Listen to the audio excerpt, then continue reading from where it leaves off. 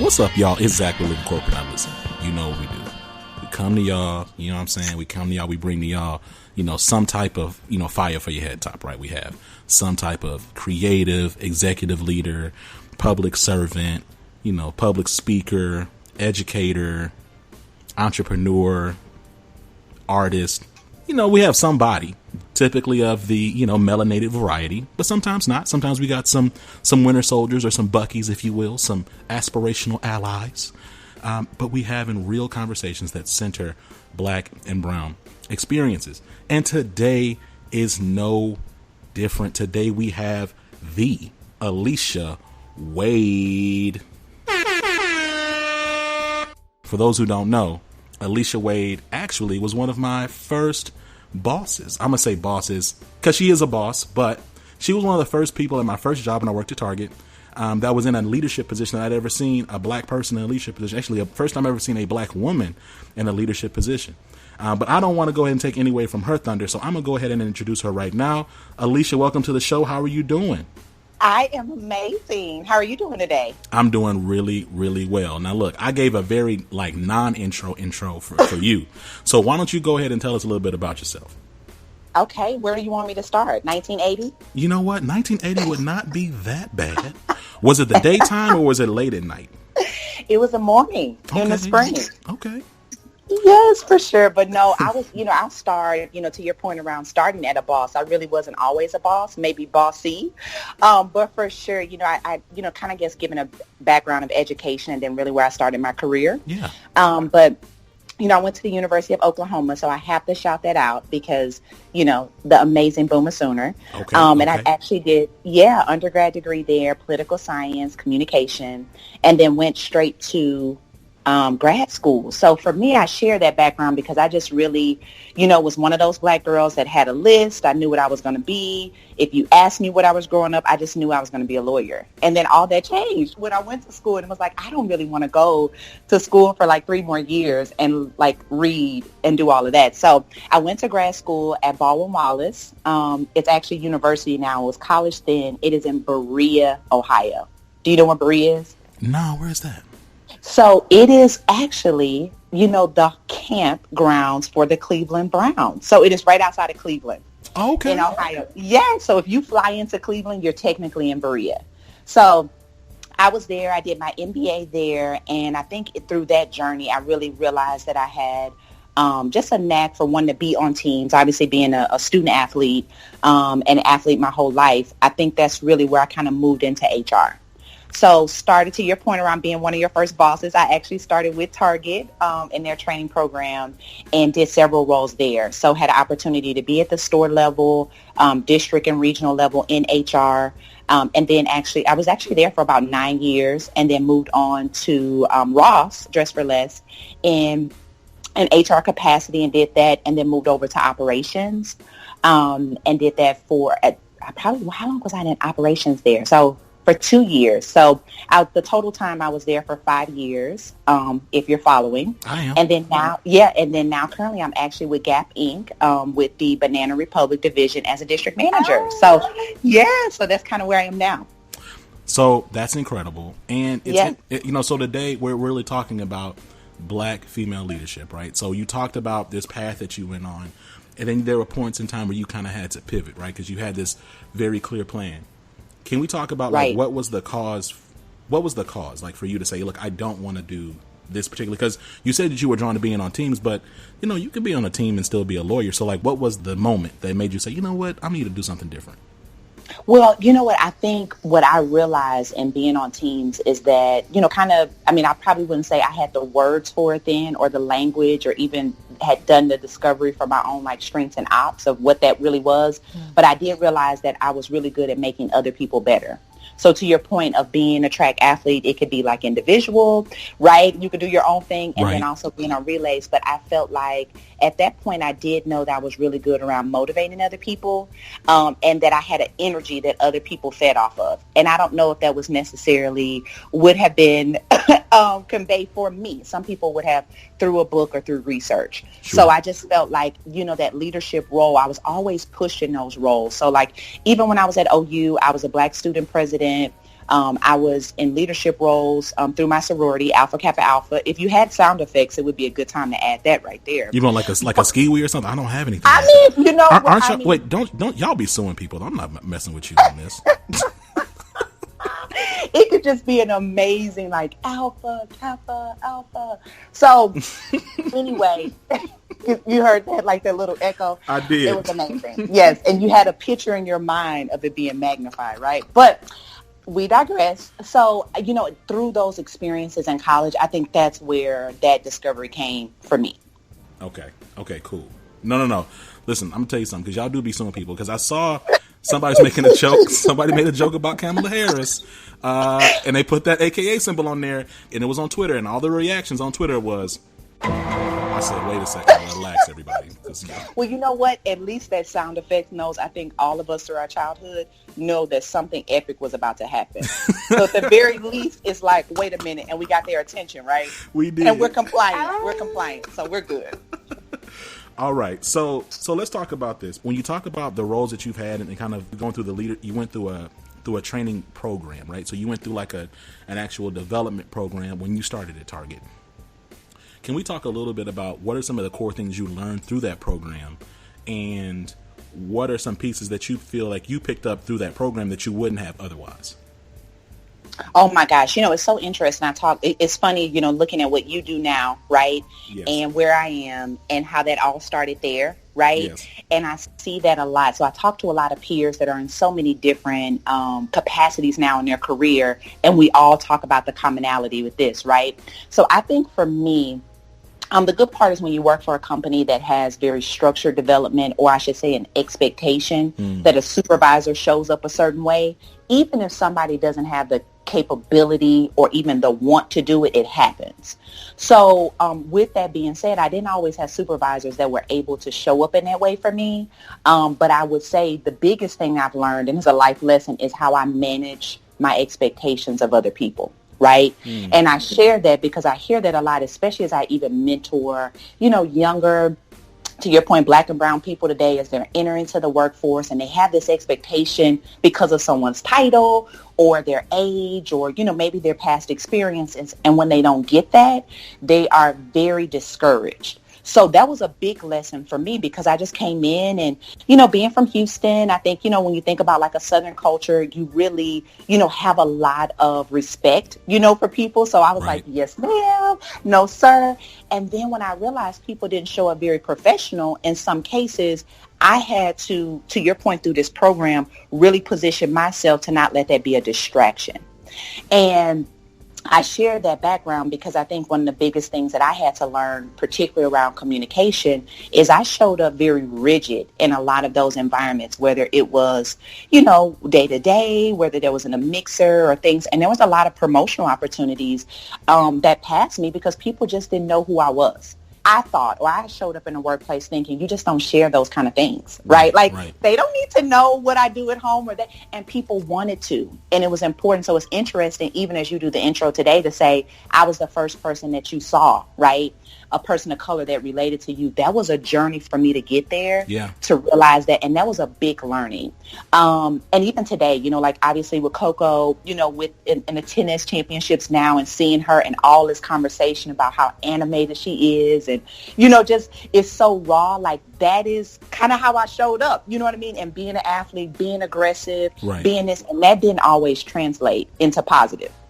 Well, you know, it's, for me. No, I hear you. And this is the thing about that, though, right? I think that we've also been, so I'm going to speak for myself, but I've also seen, like, you know, my peers, is Black folks, there's a certain level of guardedness that we're taught to have just because, like, you know, look, it's only a few of us, don't mess anything up, don't put yourself out there too far. And I also think culturally, we just have this thing around, like, sharing our personal business in ways that, like, we don't, just certain things we just don't talk about at work. You know what I'm saying?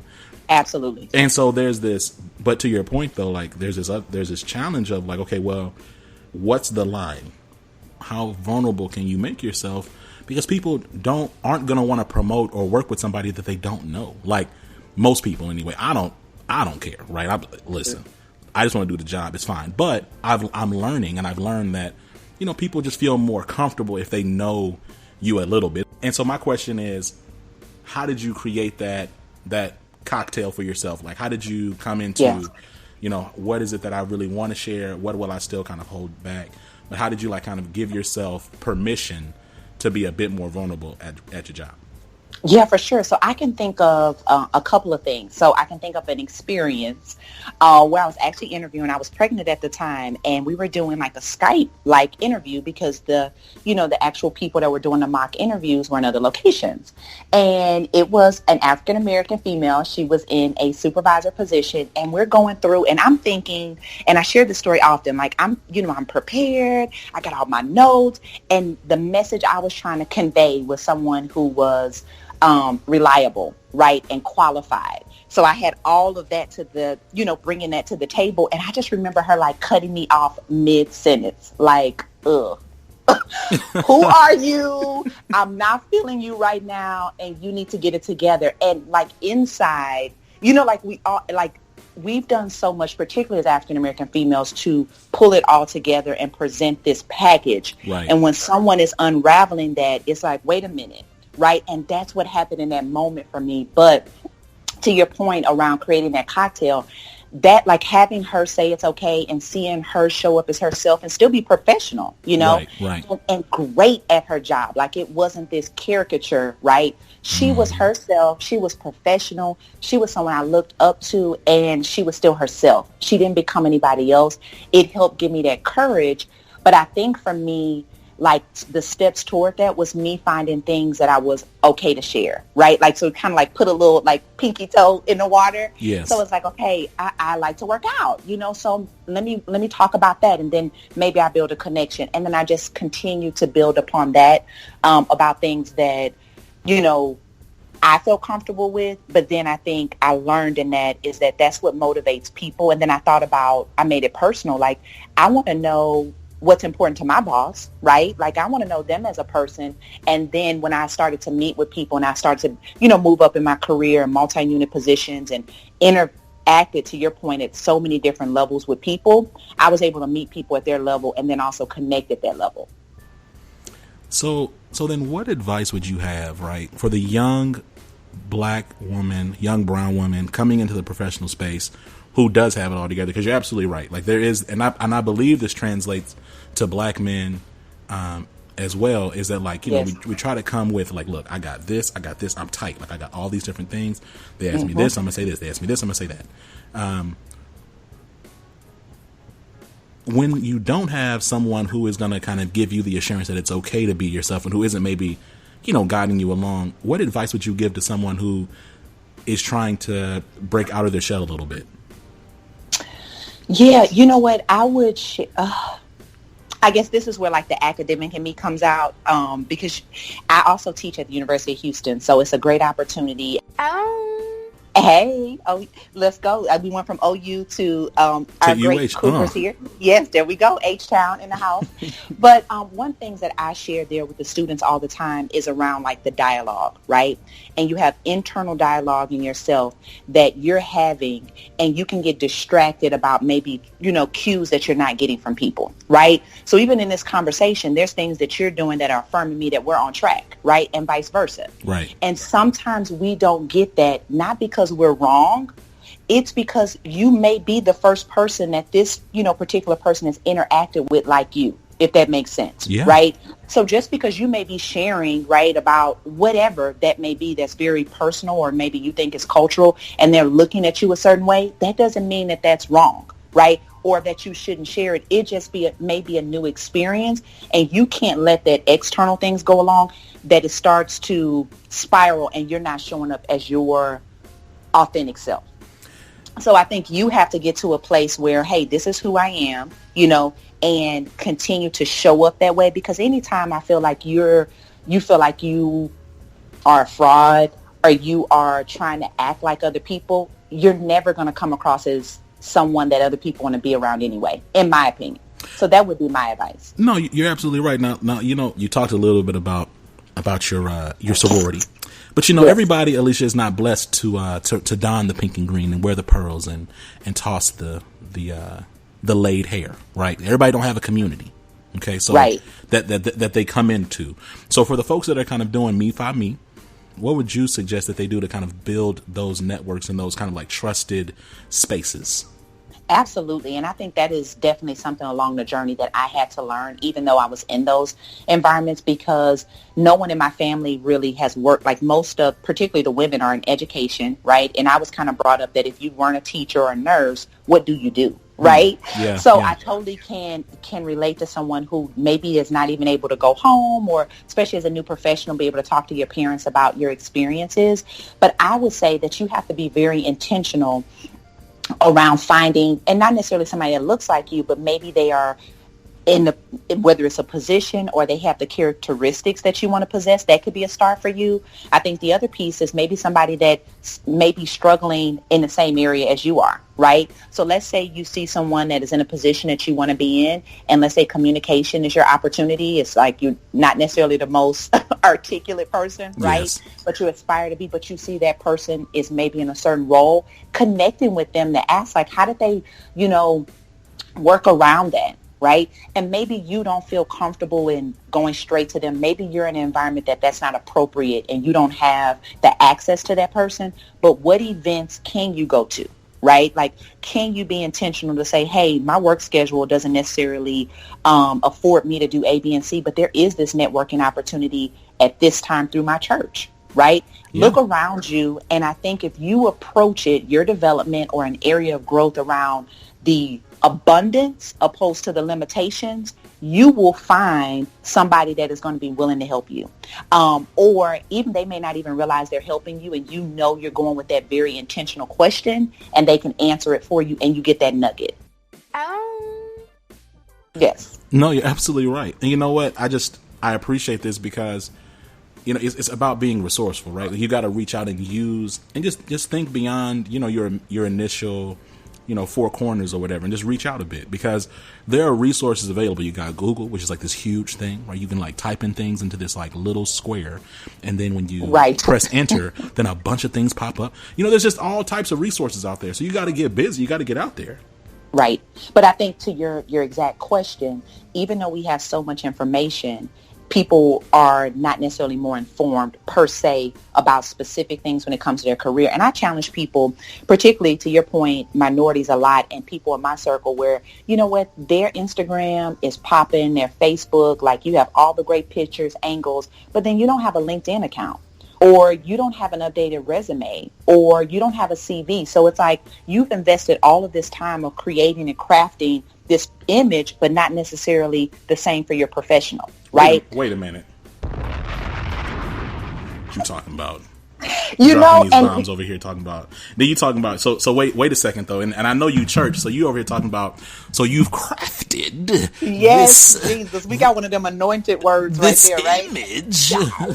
Hallelujah. But it's not real. And so then part of me, I was like, I was like, oh my gosh, like what? Yes, that's wave real, your though. hands in the air. No, that's true though. Yes, it is. And it's just recently I had a mentee that I was talking to, and she was preparing for an interview, but she posts every day on like her Insta story, right? Like videos. Yeah. She looks beautiful in these videos. And I said, well, why don't you use something you do every day? Like, you want to convey this message. Like, have you ever looked at yourself when you're trying to talk about your career? And she's like, I never thought about that. And I said, well, you clearly like looking at yourself, right? So why don't you start there? Like, it is around you. So that's what I would say. I think it's kind of step back, realize what you do have, and just start somewhere small, right? Like, it doesn't have to be a program that costs thousands of dollars. It doesn't have to be dropping a name of, this person is my mentor, or, they have this title. It really may be the secretary in, your particular office that is someone that is warm, that may be older than you, that can give you some advice around navigating that environment that you can learn from at the level you're at right now. No, I love that. 100%. And I'm curious, we talked a little bit about, again, started off talking about leadership, and we talked about you coming into yourself. So that was self-management. Let's talk about what does it look like for you to manage others. And particularly what I'd like to talk about is like the art of influence, as well as really giving effective feedback. So you and I both, so you started at Target, I also started at Target. And I think a large part of the element of Target, the culture at the time was really about like, positive feedback, public praise. And I've seen that you've carried that forward in your positions with Gap, specifically Banana Republic, and how you give feedback. So can we talk a little bit about that and like your theory or your philosophy around feedback and your practices on how you give it to your team? Yeah, for sure. I think feedback is something that I value, and I think it starts, my brother and I talk about this all the time because he plays sports, actually football, and is currently still in the field with athletics. And we talk about how that shows up in the workplace of people that are used to being coached, right? Like you're used to looking at a video and a group of people sitting around critiquing it, right? And really understanding that there's a moment that you have to capture right now. Like you don't have another day or a week to wait. So I think that kind of shapes my philosophy per se, if there is one, is that you have to find and be aware as a boss, right, or a manager of those coachable moments and not wait. I think we've all been in situations where somebody sat us down and they had a list and you think like, wow, like all these things that you need to get better at. Right. Or examples, and you're sitting there and then at a point you just look around like, wow, why didn't they tell me then? Like I had no clue, right? So I think that's where I never want to be as a supervisor. I never want somebody to be shocked, right? And I also want them to know like this, I'm giving you this feedback because I believe that you can improve, right? Because I think a lot of times, particularly if I bring this to your point of our audience here of like Black and brown people, particularly for Black women when I mentor them, is a lot of times the absence of feedback means that there's an absence of a problem. Oh, well, nobody told me that. And it's like, that does not mean that you didn't need to get better. Right. And I think I share that because the next part of it is, even in my self journey and things like that, or my own development, is a lot of times I would get feedback and I would want to make it about the other person. Like, well, if they just got to know me, then they would know that's not really how I am. Like, I'm not really like that, right? Or if they gave me a chance to do it, then they would just know, as opposed to thinking, no, we're talking about this specific instance. Right now. Can you understand how you're showing up, how it could be, just the possibility of how it could be perceived this way, and this, in that space, what can you control and move forward? So I think with my team, I try to make sure that I create that, like we create that as an agreed upon communication from the beginning, right? Like, so they're not shocked, because I don't want to assume that you've gotten this before, right? And I want you to also understand my intent. So we talk about in the beginning, like, hey, here's how I communicate. Here's what I do. And let me know if that works for you. And a lot of times I found that people don't really know how they like to get feedback until they get it. Because it's like, actually, I don't really want, they think that they don't like it, or it's going to be odd, or it's like going to be breaking them down. And then once they realize like this is going to be a feedback rich environment, then I think people buy in. But I also feel like it's a great way. I'm in a, environment, particularly in retail, that moves very fast, right? And it is very results driven. So if you are in an environment where productivity or it's high functioning, then I think it's very rewarding. I am aware that there are environments, right? Like when I go into like an educational space where it's not as frequent, right? And you don't have, it's like an event when you get feedback. I think you really have to meet the person where they are. And I think you have to make sure that they understand where it's coming from. That's my thoughts about it. No, I love that. And, this is the thing, because, and again, background and upbringing is all very important. Because for me, it was primarily my mom and I growing up. And, my mom would just tell me all the time, like, hey, you need to do this, boy. You need to change, blah, blah, blah. Like, you clean it up, boy. Looking crazy out here.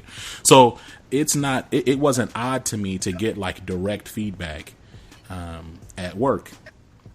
And then it was reinforced by Target, too, because Target was such a feedback. And I think retail is like that in general as an industry, right? Because, like you said, it's results-driven, it's very action-oriented, and it's execution-focused and execution-oriented, that you're going to have to get this feedback because we got to get this stuff done. And so what's been a challenge for me, though, Alicia, has been like transitioning outside of retail and just realizing like just the fragility of folks. So like, have you ever had a situation as a Black person, as a Black woman, giving feedback to a non-Black person and they like crumble, like you just destroyed them? And like, he's like, I have. Okay. Yeah. Can we talk about it? Yeah, I can think of several. There's one that's coming up like for top of mind, but I probably would say it's pretty common, and this is how it happened. And to your point, the person reacted very emotionally, and in that moment I had to pause and ask, like, what are these tears about right now? Because what I'm saying shouldn't be causing tears, right? Like, I'm sharing an observation about something we already have. Sometimes you may have something that's very specific, right, that you can measure it. But I also find, particularly in being in the HR space, right, that it's very hard to coach people or for people to give feedback on something they can't measure. So to your point, you start having this what feels like abstract conversation, like, what are we really talking about? And then the person can become defensive if you don't have measurables to say, hey, look, see, this is what I mean. Right. And in that particular conversation, that's what the person was. I'll use the word argue. Maybe argue is not the right word, but they were, disagreeing, right? Mm-hmm. Well, I don't see it that way. And I think we had to just agree in that space of, it is okay for you not to agree. However, what we have to agree upon is that you do have to value my opinion as your supervisor, right? And let's also agree that we don't have to. Right, like, we can be in this space and see this totally different, and it's still I'm asking, and it still be okay, and I'm not asking you to change your perspective. I'm just putting you on notice, right? Like, that this is the way that it looks to me, and this is how I would like us to move forward. And in this particular conversation, the person was not ready to talk about the path forward. They weren't, because they were still stuck in just kind of thinking around. And I think you have to know, like, not to overbear, you know what I mean? Like, be overbearing. Yeah, overwhelming, because this may be truly, regardless of their age, regardless of the position that they're in, this may be the first time they've heard this. And you have to respect that, right? So to your point, you've grown up being told, like, you're not all that. Okay, no, you need to go change, or like, and that's not something that's crumbling for you, right? Yeah. But someone that's never gotten honest feedback from someone that loves them, you don't know what that background is in the workplace. Right. That's real. Somebody shows up, and then once again, going back to that, us being comfortable, right? And us being like, you can't take that as that you did something wrong, because now you can retreat and not be operating in a space that you need to. So yeah, I've absolutely had that. And what I've done for me is that follow up is really important. So coming back, like, let's agree upon a time or when it'll be good to revisit this, because I find a lot of times for certain people, avoidance is a tactic that they use, right, when it comes to conflict, and that's the most ineffective thing that you can do, right? Like, time does not cure all, right? In fact, it makes it worse, because we had this conversation 6 months ago and we still said nothing, right? Or that was last year during your annual review that we talked about it, or as a peer, we worked on this project together, but we only do that once a quarter, right? Yeah. And I didn't really like working with you, and you had attitude, or you were late, or I didn't really like the quality of your work, but we never really got to the root cause for us to move forward. So I come back to, okay, last time we spoke, this is where we landed. How are you feeling today? And not let people off the hook with making it about you. That's just a really good point. That last part is huge, because it is easy for me, because I'm a bit of a narcissist. So it's something but you can internalize it, right? Right. Absolutely. Like, and so it's like, okay, well then, okay, clearly this is something I did wrong. Okay, how can I improve? And like, part of you thinks like, oh, well, this is me being accountable. It's like, yeah, but you're being accountable to a toxic at a point that's not even accurate or helpful, because you're centering yourself and internalizing it to the point that we're not actually getting to a solution. You know what I mean? Yeah. But I think, too, to your point around accountability, and this is something that I, from a learning, to your question initially, that's an area where accountability overused has gotten in the way, right, for me, of like working too much, or, it can come across as aggressive, or, those things, and you're really overly accountable. And I think that's where understanding what accountability and responsibility looks like, right? So you may be in that environment, you're accountable for whatever that project, and that's why you're giving this feedback, but that person is responsible as well, to show up a certain way or deliver in those areas. And how do you balance that? So it doesn't come, like, obviously you got to work on maybe in that space what you need to do, but there's also something that they needed to work on, and we can't be distracted about how it came across to them per se. No, you're absolutely right. And you're right. Like, we do overuse that word. And, you know, I think, again, like, it's an old phrase, but like, accountability is a two-way street. Like, it's not, because if one person's always accountable and the other person is never accountable, then that's something, that's toxic. Like, that don't make sense. Yes. And I think if you become, like, especially when we think about giving feedback, right? And we're thinking about whether that's from a generational, we think about from a cultural standpoint, we have to make sure that that's a two-way street. And if you're the only person trying to work through this relationship, then you really aren't growing in how to manage and work with people that don't look like you. You know, straight up. I mean, you're right. What can I say? Hold up.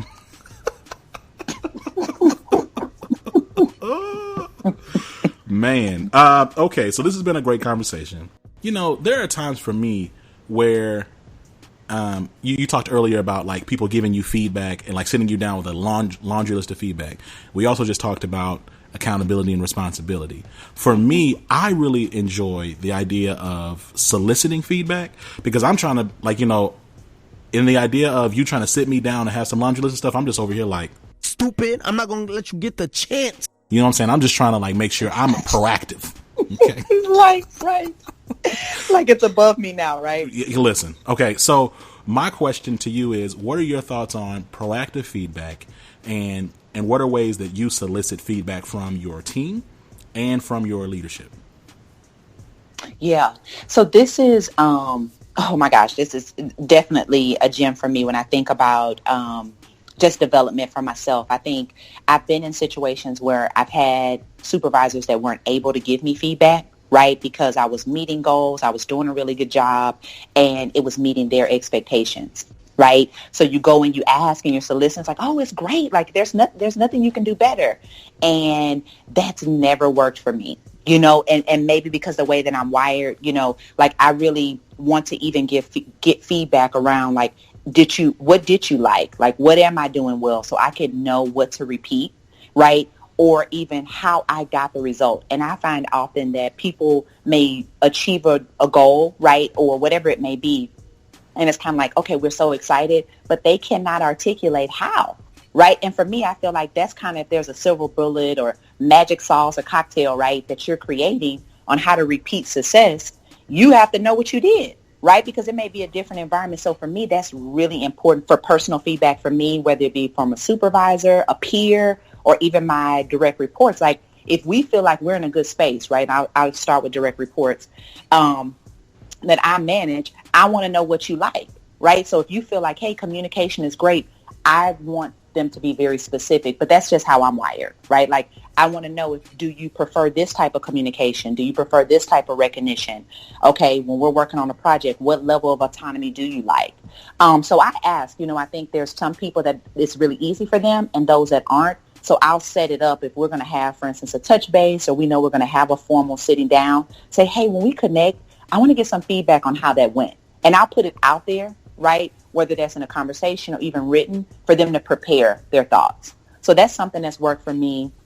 I think with peers, I have something that's helped me, particularly around communication and working on how I've come across, because that was something early in my career. And I think still today, like my nonverbals, you know, like that face, like, okay, like yes. Having somebody in a room, you know, or your tone to say, okay, hey, you know, yeah, you did come across this way. I've always tried to solicit people that can help me in that area.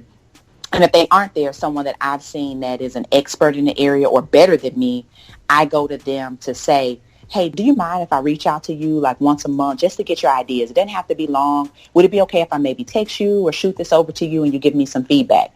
That's really helped also break down, you know, some barriers where I don't want to say competition per se, right? But it's helped people also give you more feedback that maybe they wouldn't before, right? Because if I've already put out there, hey, I'm trying to get better here. You've already got this locked down. I'm trying to learn. Do you mind if you just, you know, if I send this to you, ask questions? Most people are going to be very open. So that's something that I do a lot. And that's how I would say I solicit feedback. No, that's try to. No, that's great. And I think, again, to your point around like, well, no one told me anything, so it must be fine. It's like right. the only time I take that attitude of no one told me anything must be fine is if I ask you for feedback and you say, I don't have any feedback, and then you come back later with Right. something, then I'm like, hey, wait a second, because you Well, big bugging now.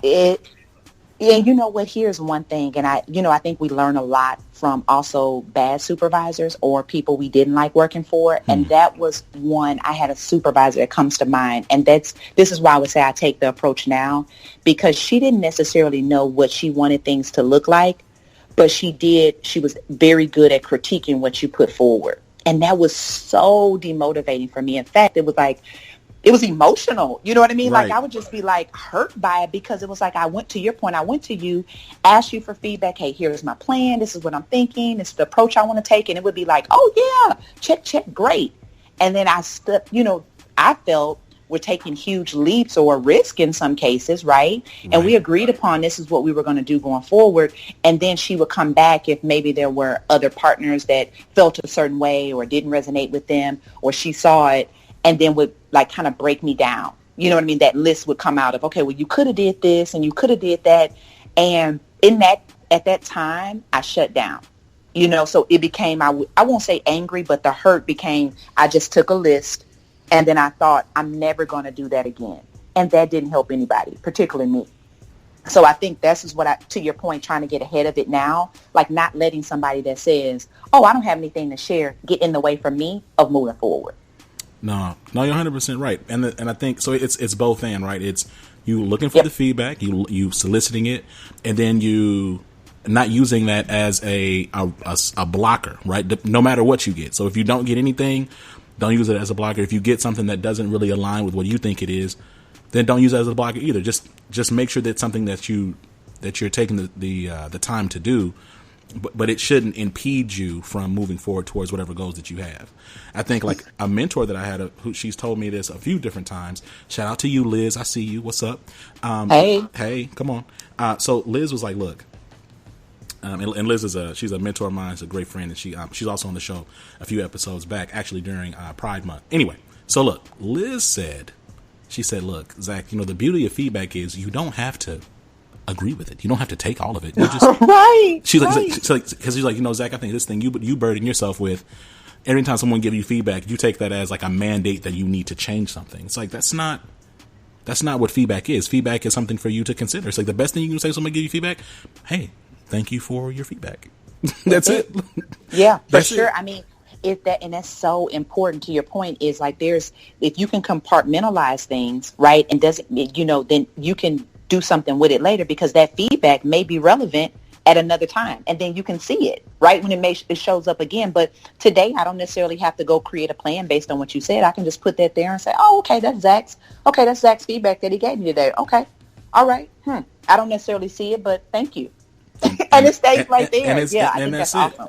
But I think some of the challenge when it comes to just like bias in the workplace, and like there's also like this underlying and sometimes overlying expectation that women, particularly black women, are just like the workhorses of whatever. So, I've been told, you tell me if I'm right or wrong, but like sometimes people give you feedback with the expectation that you're going to just do what they say. And it's like, that's not necessarily the case. Like, I'm going to take this feedback and I will make a determination as to how or if I implement it into what I'm doing. Yes, for sure. I think, I agree. I think that is true for me and what I've seen. And even more to take it a step further, even because I know we talked through a lot of tips on this podcast around, how, interviewing tips and moving forward, right? Mm-hmm. I see this a lot in interviewing people and them not being able to explain why they haven't moved forward, right? Mm. They feel like it's someone else's, I don't know even the word, like it's their responsibility or their fault. Well, we'll use the word fault, right? Okay, I'm here and they can't say why. And to me, it's like, okay, you've never gotten any feedback, or no one's ever told you, or you're not able to look at this job or see someone in that role and see what they do better than you, and what maybe even the one thing they do better than you and what's held you back. And that's the approach I take for feedback. Like if you can think about it in that way, opposed to your point, something you have to change or take on or feel like you got to bow down or become someone different, but really as a lens for you to see things that you may not be seeing. So that's what I see often, particularly for black women. Man, this has been great. Alicia, before we let you go, any parting words or shout outs? When you say let you go, I feel like we got to cue that Beyonce, and that has to be in the background that we have here. But again, I don't know what you don't understand about. I don't own Rockefeller or whoever whoever she signed that thing through, or House of Darion LLC. I don't know. Listen. We're gonna have that nice, you know what I'm saying, copyright free jazz music that you hear in the background. Trying to get us in trouble. We already said AKA a few times. Sure. They're gonna be knocking on my door. Now you talking about? Of course, no, they're not. They're gonna be looking at this. They're gonna be helping from mass media passing it out here. Come on now. You know what I mean? But no, seriously, I want to, if there's a recognition, I want to recognize you, because I think, creating a space, to have conversation is one thing, right? But I think you being very intentional around making sure that the conversation has different perspectives, whether that be from industry, whatever, right? I think that this is just very phenomenal. And I've seen, like I said, from the beginning, when you first sent out this podcast to where you are now. So I just want to, tip my hat to you, brother, and really seeing how you brought also other people in to expand is just fantastic while keeping your full-time job. So round of applause. I'm super excited. Yes. So anything, that we can do in the future, any way I can continue to add to the conversation would be the shout out. So thank you as well. Oh my goodness. Well, first of all, you got me blushing. I'm turning purple. Hey. I appreciate this. And you know what? Shout out to you. Okay. Cause like I said, you were one of the first people, and the thing about it for y'all. Now look, I know we have this natural hair movement now and everything. Let me tell you something. Back in like 2011, I walked into Target, was doing my thing. Alicia came through, edges laid. Okay, all the time. Okay, pearls, pearls thick, absolutely. y'all. Don't play. Okay, and she had heels on, and she was moving. She was working the floor. I was like, oh my gosh, this is incredible. So shout out to Alicia and your whole brand, everything that you do, everything that you've done. Shout out to, of course, you know what I'm saying, 1906. You know what I'm saying, I got y'all peak green. I respect y'all. Please do not come from my neck, please. I appreciate y'all. I did not put no logos on this stuff. It will be a logo, though, in the show notes. Oh, my gosh. Okay, yes. So we will put a logo in the show notes. It'll show all of the legal information and that we are not indemnified by anything. You are so silly, for sure. Okay, but look, final air horns for you. And you know what? This has been it, y'all. Thank y'all for listening to the Living Corporate Podcast. Of course, this has been Zach. You've been listening to Alicia Wade. Now, look, I used to say all the little Twitter stuff, but look, we brolic now, okay? So I don't have to say we follow us on this. Just Google Living Corporate, okay? Google me. What is that? Who? Oh, yeah, Tiana Taylor, I think, made that song called Google Me. But no, shout out to Tiana Taylor, too. But look, Google me. Just Google Living Corporate. Living, Living, corporate. I'm not going to spell out corporate. I don't have the time. But check us out. We everywhere. Appreciate y'all. We'll talk to y'all soon. Peace.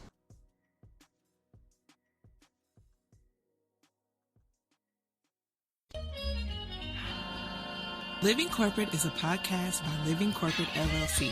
Our logo was designed by David Dawkins. Our theme music was produced by Ken Brown. Additional music production by Antoine Franklin for Musical Elevation. Post-production is handled by Jeremy Jackson.